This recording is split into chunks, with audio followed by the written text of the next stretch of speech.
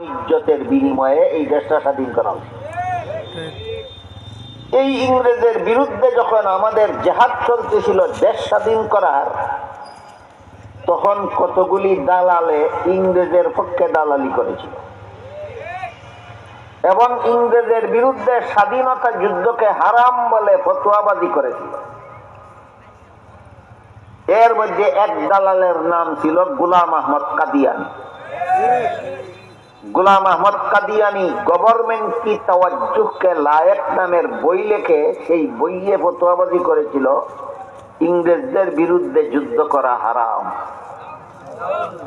মুসলমান ইংরেজদের বিরুদ্ধে জেহাদ করতেছিল নিজেদের স্বাধীনতা উদ্ধার করার জন্য। আলেমগণ ফতোয়া দিয়েছিলেন এই জেহাদ, এই মুক্তিযুদ্ধ ফরজ, মুক্তিযুদ্ধ ফরজ বলে আলেমগণ ফতোয়া দিয়েছিলেন। আর গোলাম আহমদ কাদিয়ানি ফতোয়াবাজি করেছিল মুক্তিযুদ্ধ ফরজ নয়, মুক্তিযুদ্ধ হারাম। ঠিক তেমনি ভাবে ইংরেজরাও এই যুদ্ধের সময় ইসলামের এই মুসলমানদের এই মুক্তিযুদ্ধকে হারাম বলে ফতোয়াবাজি করেছিল আরেকটা বই লেখে। এই বইয়ের নাম ছিল আল ইকতিসাদ ফি মাসাইলিল জিহাদ। এই বইয়ের মধ্যে লামাযহাবীরাও ইংরেজের বিরুদ্ধে যুদ্ধ করা হারাম ঘোষণা দিয়েছিল। মুসলমান আলেমগণ ফতোয়া দিলেন দেশের স্বাধীনতা উদ্ধার করার জন্য মুক্তিযুদ্ধ ফরজ। দুই দালালে ফতোয়া দিল হারাম। এক দালালের নাম গোলাম আহমদ কাদিয়ানি, এটা যেমন ছিল ইংরেজের দালাল, আমাদের স্বাধীনতার দুশ্মন। আরেক দালাল ছিল লামাযহাবীরা, এরাও এই ইংরেজের বিরুদ্ধে মুক্তিযুদ্ধ করা হারাম বলে ফতোয়া দিয়েছিল, এরাও ইংরেজের দালাল। ইংরেজের এই দ্বিতীয় দালাল দলটা, লামাযহাবী দলটা, এরাই এই ফিতনাটা মুসলমান সমাজের মধ্যে সর্বপ্রথম আমদানি করে। সর্বপ্রথম এই লামাযহাবীরাই বলে তারাবির নামাজ 20 রাকাত নয়, তারাবির নামাজ 8 রাকাত। এই কথাটা আপনাদের সকলের জানা থাকা দরকার। তারাবির নামাজ যে 20 রাকাত, এতে দুনিয়ার কোন মুসলমানদের মধ্যে কোনো দ্বিমত ছিল না, ভিন্নমত ছিল না, ইখতিলাফ ছিল না, দলাদলি ছিল না, কুন্দল ছিল না। বরং সমস্ত মযহাবের ইমামগণ এই ব্যাপারে ঐক্যমত ঘোষণা করেছিলেন যে তারাবির নামাজ 20 রাকাতের কম নয়। তারাবির নামাজ 20 রাকাতের কম নয়, এটার উপর উম্মত ঐক্যবদ্ধ ছিল। উম্মতের ওই ঐক্যবদ্ধ সিদ্ধান্তের বিরুদ্ধে সর্বপ্রথম ইংরেজের দালাল লামাযহাবী দলটা সর্বপ্রথম বিতর্ক সৃষ্টি করে তারাবির নামাজ 8 রাকাত বলে। 4 মযহাবের 4 ইমাম, 4 মযহাবের সমস্ত অনুসারী এবং রাসূল করিম সাল্লাল্লাহু আলাইহি ওয়াসাল্লামের জামানাত থেকে সাহাবায়ে কেরাম, তাবেঈন, তাবেঈনের জামানাত থেকে সর্বযুগের সমস্ত মুসলমানদের ঐক্যবদ্ধ মত ছিল তারাবির নামাজ 20 রাকাতের কম নয়। এই ঐক্যবদ্ধ সিদ্ধান্তের মধ্যে ফাটল সৃষ্টি করে তারাবির নামাজ 8 রাকাত বলে সর্বপ্রথম ইংরেজের দালাল লামাযহাবীরা।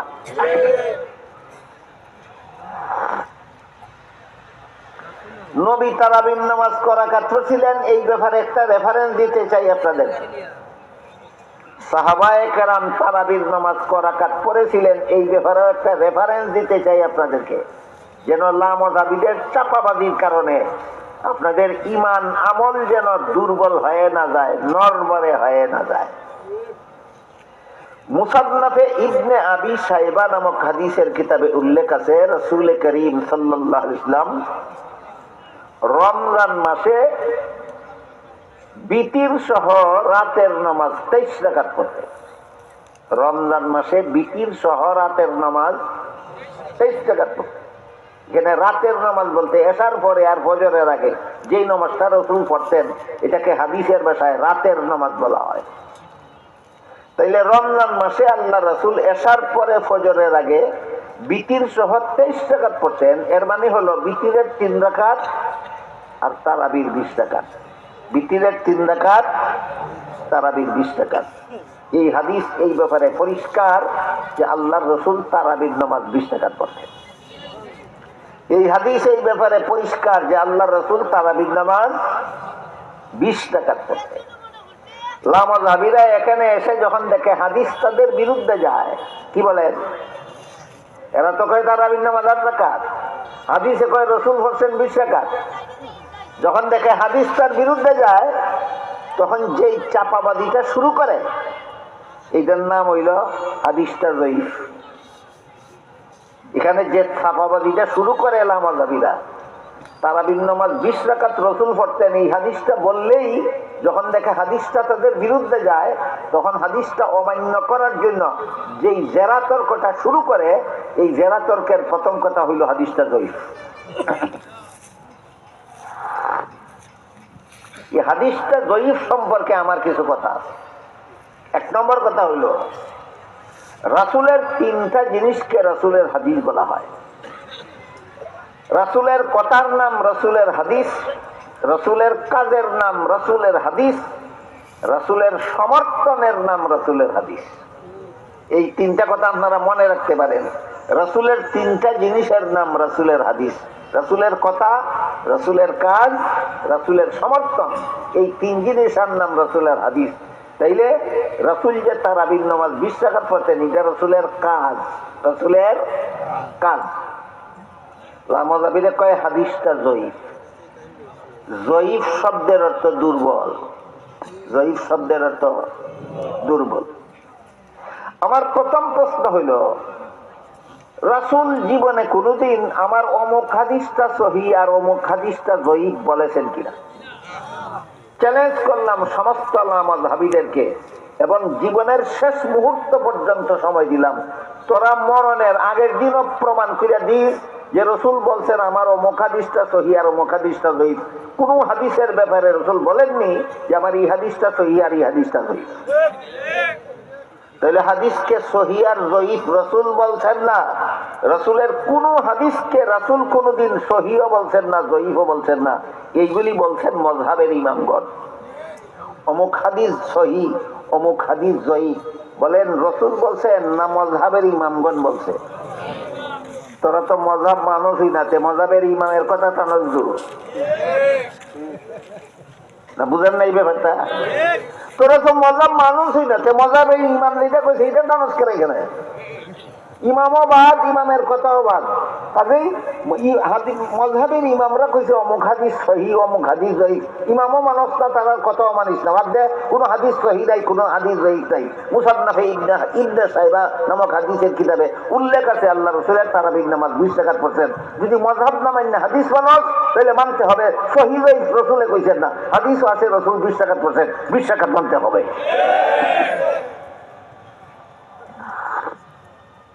একটু সময়ের জন্য যদি আমি ইমামগণের কথা মাইনা নেই, এই কথাটা আপনারা মনে রাখবেন জীবনে, সারা জীবন ভর। রসুল জীবনে কোনো একটা হাদিসকে সহিহ বলছেন না, কোনো একটা হাদিসকে জয়ীফ বলছেন না। হাদিসকে সহিহ এবং জয়ীফ বলছেন মযহাবের ইমামগণ। তোর তো মযহাবই মানুষ না, মযহাবের ইমামের কথা তো নষ্ট করে হন। একটু সময়ের জন্য যদি আমি মযহাবের ইমামগণের কথা এখানে আনি, কোন ইমামগণ বলছেন রসুল যে তারাবির নামাজ 20 রাকাত পড়েন, এই হাদিসটা জয়ীফ। জয়ীফ শব্দের অর্থ কি? দুর্বল।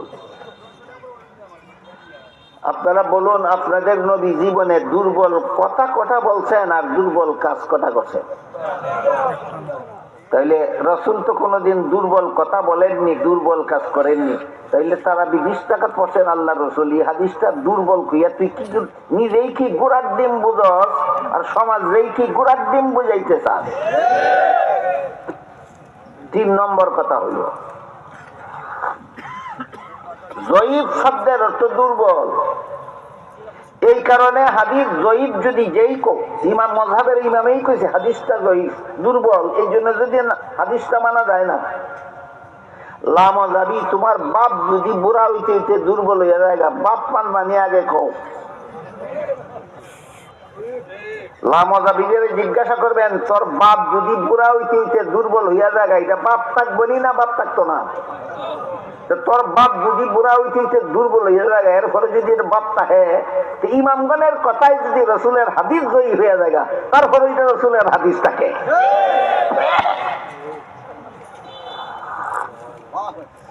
Allah গেল রাসূল তারাবির নামাজ ক রাকাত পড়ছিলেন, এই প্রশ্নের জবাব কি ভাইলেন? 20 রাকাত। আর এর পিছনে এতগুলি তর্ক আর বিতর্ক, আরো কথা আছে। কোন হাদিসের সনদ যদি ইমামগণের কথায় জয়ীফ সাব্যস্ত হয়, যিনি হাদিস থেকে জয়ীফ বলছেন তার আগের থেকেই যদি সারা দুনিয়ার মুসলমান উম্মত হাদিসটা আমল শুরু করে দিয়া থাকে, তাহলে পরবর্তী যুগে কোন ইমামে হাদিসটাকে জয়ীফ বলা না বলায় কিছু আসে যায় না।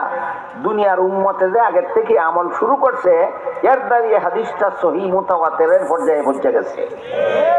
এখন তুই জয়ীফ জয়ীফ কইয়া চেঁচাইতে মুখে না তুললেও আর কোনো কাজ হইতো না। এটার উদাহরণ হইল সাগরের পানির মতো। উদাহরণ হইল সাগরের পানির মতো। এক বালতি পানির মধ্যে যদি 1 ফুটা পেশাব পরে, বালতির 7টা পানি নাফাক হয়। কুয়ার মধ্যে যদি ইঁদুর ফুইরা মুইরা যায়, নাফাক হয় কিন্তু ফাঁক করণ যায়। বালতির মধ্যে পেশাব পড়লে, এক বালতি পানির মধ্যে 1 ফুটা পেশাব পড়লে ই পানি আর ফাঁক করণ যায়, ভালাই দাম লাগে। কুয়ার মধ্যে যদি ইঁদুর ফুইরা মুড়ে যায়, কুয়ার পানি নাফাক হয়, ফাঁক করণ যায়, ফাঁক করণ যায়। সাগর যদি গাদা বইরা মইরা হচ্ছে যায় না, মুটেও না ফাঁক হয় না, মুটেও না ফাঁক হয় না। সাগরের মধ্যে আত্মি হইরা যদি হচ্ছে যায়, তবুও সাগরের পানি না ফাঁক হয় না। যেমন ভাবে সাগরের যে গাদা বইরা মইরা হচ্ছে গেলিয়া পানি কোনোদিন না ফাঁক হয় না, ঠিক তেমনি ভাবে যেই হাদিসের উপর সারা দুনিয়ার উম্মত আমল করছে, এই হাদিসে কোন ইমামে জয়ীফ জয়ীফ জয়ীফ বললে কিছু আসে যায় না, যে সহিহ মুতাওয়াতির হই থাকে।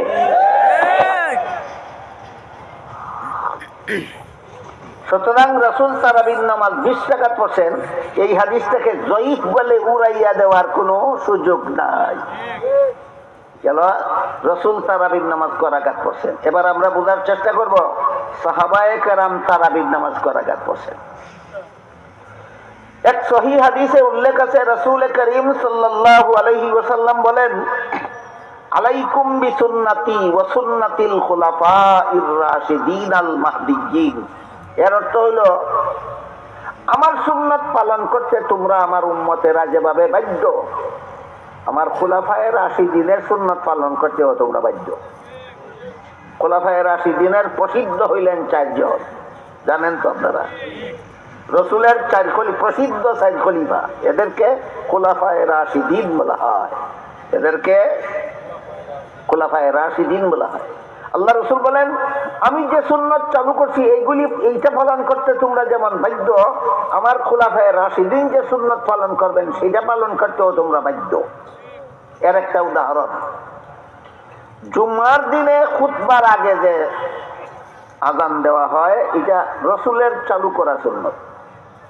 জুমার দিনে খুতবার আগে যে আযান দেওয়া হয়, এটা কার চালু করা সুন্নাত? রাসূলের চালু করা সুন্নাত। কিন্তু এর আগে যে মিনারায় আরেকটা আযান দেওয়া হয়, যা রাসূলের চালু করা সুন্নাত নয়, যে ওই 4 খলিফার এক খলিফা হযরত উসমানের চালু করা সুন্নাত। জুমার বর্তমানের প্রথম আযান রাসূলের সুন্নাত না খুলাফায়ে রাশিদিনের সুন্নাত? দ্বিতীয় আযান রাসূলের চালু করা সুন্নাত।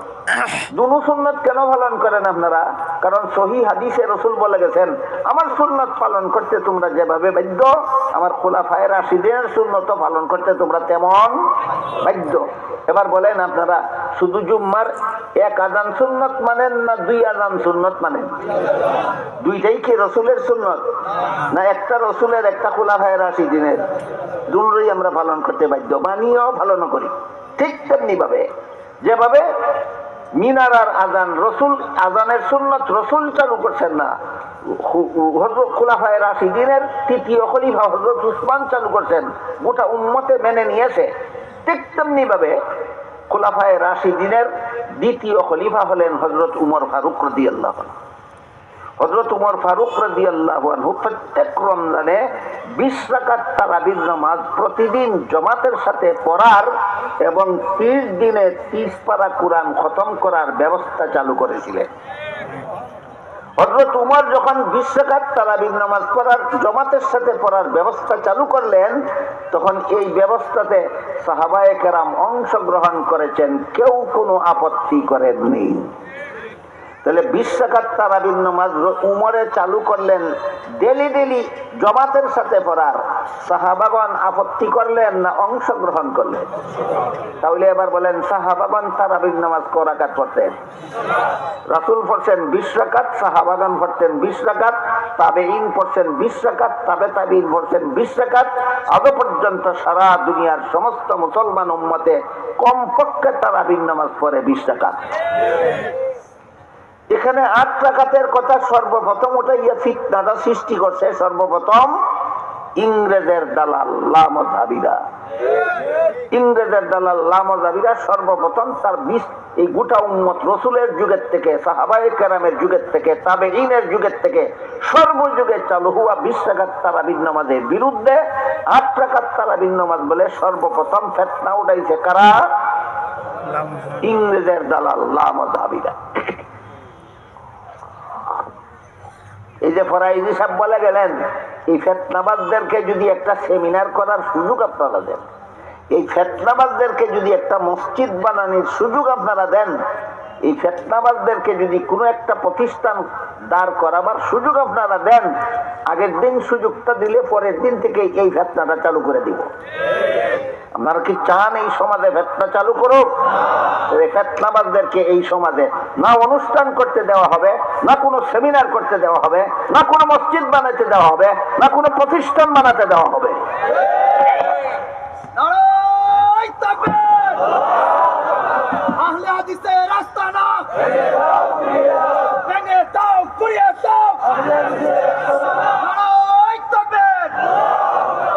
এবার এই চাপাবাজ ফিতনাবাজ ইংরেজের দালাল লামজাবিদেরকে যদি কেউ জিজ্ঞাসা করে তারাবির নামাজ 8 রাকাত পাইলা কোথায়, কয় সহিহ বুখারী শরীফে আছে। এরা সহিহ বুখারী শরীফের নামে কি পরিমাণ মিথ্যাচার করে, ফরাজি সাহেবের কাছে কিছু শুনছেন আপনারা? কিছু শুনছেন? ভুয়া বুখারী শরীফের নাম ব্যবহার করে, নাম গন্ধ নাই বুখারী শরীফে এই সমস্ত হাদিসের। এই সবগুলি এদের বানোয়াট মন গড়া জাল হাদিস। এই লামজাবিরা বুখারী শরীফের দোয়াই দেয় যে হাদিসগুলির কথা কয়। এরকম একটা হাদিস হইল তারাবির নামাজ 8 রাকাত বলে বুখারী শরীফে আছে। এক লামজাবিরাতে উঠাইয়া দেওয়া হইল বুখারী শরীফ, দেখা কোন হাদিসও আছে তারাবির নামাজ 8 রাকাত। কয় আমি পড়তাম পারি না। এই বান্দরের বান্দর, যে কিতাব পড়তে পারো সেটার নাম ভুলে গেল গিয়া।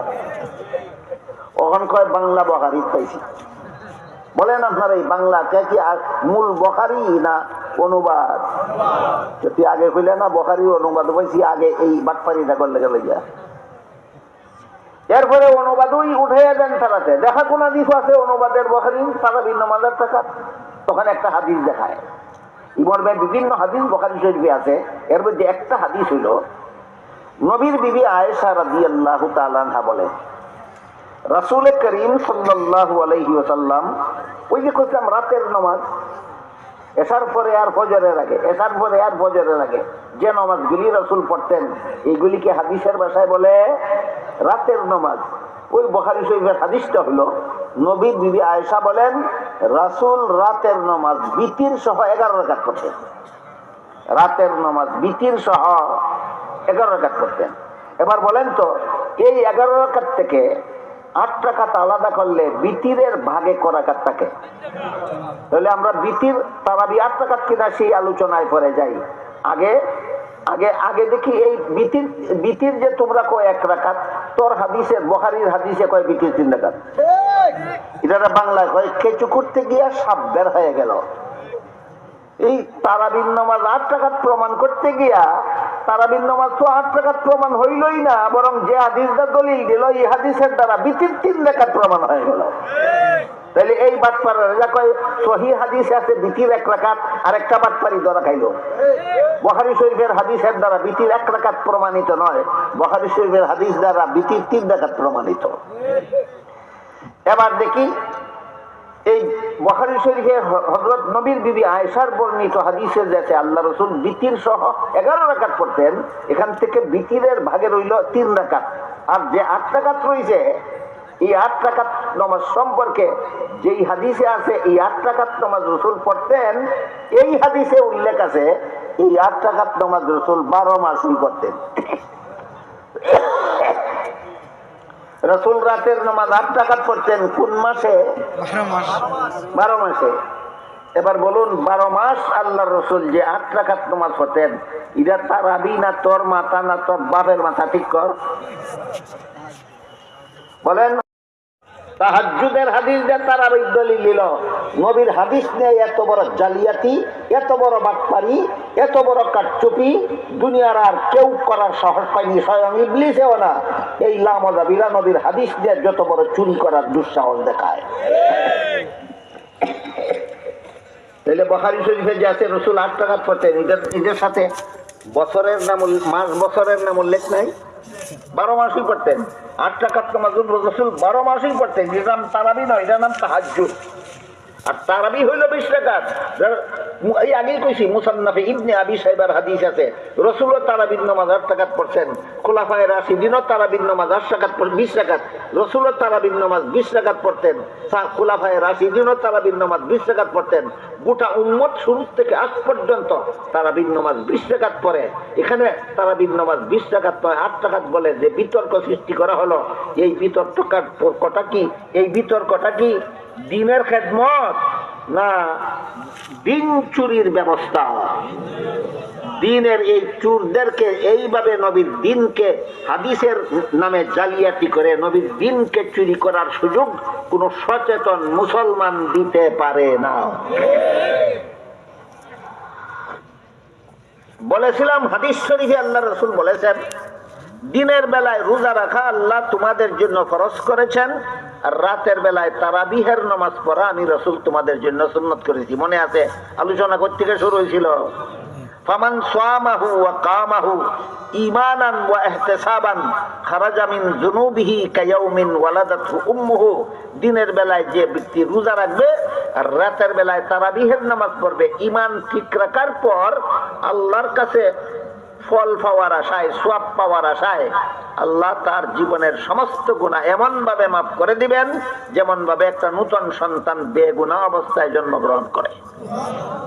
এবার বলেন দিনের বেলায় যে রোজা রাখবেন আপনারা, আসর ওয়াক্ত ইফতার করিয়া না সূর্য ডুবার পরে? একটু বুঝে শুনে বলেন। দিনের বেলায় রোজা রাখলে যে আপনার সারা জীবনের গুনাহ মাফ হইব, জোহরের সময় ইফতার করলে না আসরের সময় ইফতার করলে না সূর্য ডুবার পরে? রাতের বেলায় তারাবির নামাজ পড়লে যে আপনার সারা জীবনের গুনাহ মাফ হইব, 8 রাকাত পড়লে না 10 রাকাত পড়লে না 20 রাকাত পড়লে? রোজা যেমন সূর্য ডুবার আগে ইফতার করলে সওয়াব পাইবা দূরের কথা, তোমার কাজাও করতে হবে, কাফফারাও দিতে হবে। ঠিক তেমনি ভাবে তারাবির নামাজ 20 রাকাতের কম পড়লে তোমার জীবনের গুনাহ মাফ হইব দূরের কথা, বেদাত চালু করার গুনার কারণে গুনাহগার হবে। রোজার সূর্য ডুবার আগে ইফতার করলে যেমন গুনাহগার হবে, 20 রাকাতের কম তারাবি পড়লেও গুনাহগার হবে। এই জন্য আমরা যদি এই দুই জিনিসের ফজিলত পাইতে চাই, রমজান মাসের দিনের বেলার রোজা আর রাতের বেলার তারাবিহের ফজিলতটা কি ফজিলত, জীবনের সব গুনাহ মাফ যদি পাইতে চাই, তাইলে রোজা যেমন সূর্য ডুবার পরেই ইফতার করতে হবে, ঠিক তেমনি ভাবে তারাবির নামাজ 20 রাকাত পরেই সমাপ্ত করতে হবে। আল্লাহ আপনাদের আমাদের সবাইকে এই দুই আমল যথাযথভাবে করার মাধ্যমে জীবনের গুনাহ মাফ করাবার তৌফিক দান করুন। সবাই বলুন আমিন। সুবহান রাব্বিকা রাব্বিল ইজ্জাতি আম্মা ইয়াসিফুন ওয়া সালামুন আলাল মুরসালিন ওয়ালহামদুলিল্লাহি রাব্বিল আলামিন।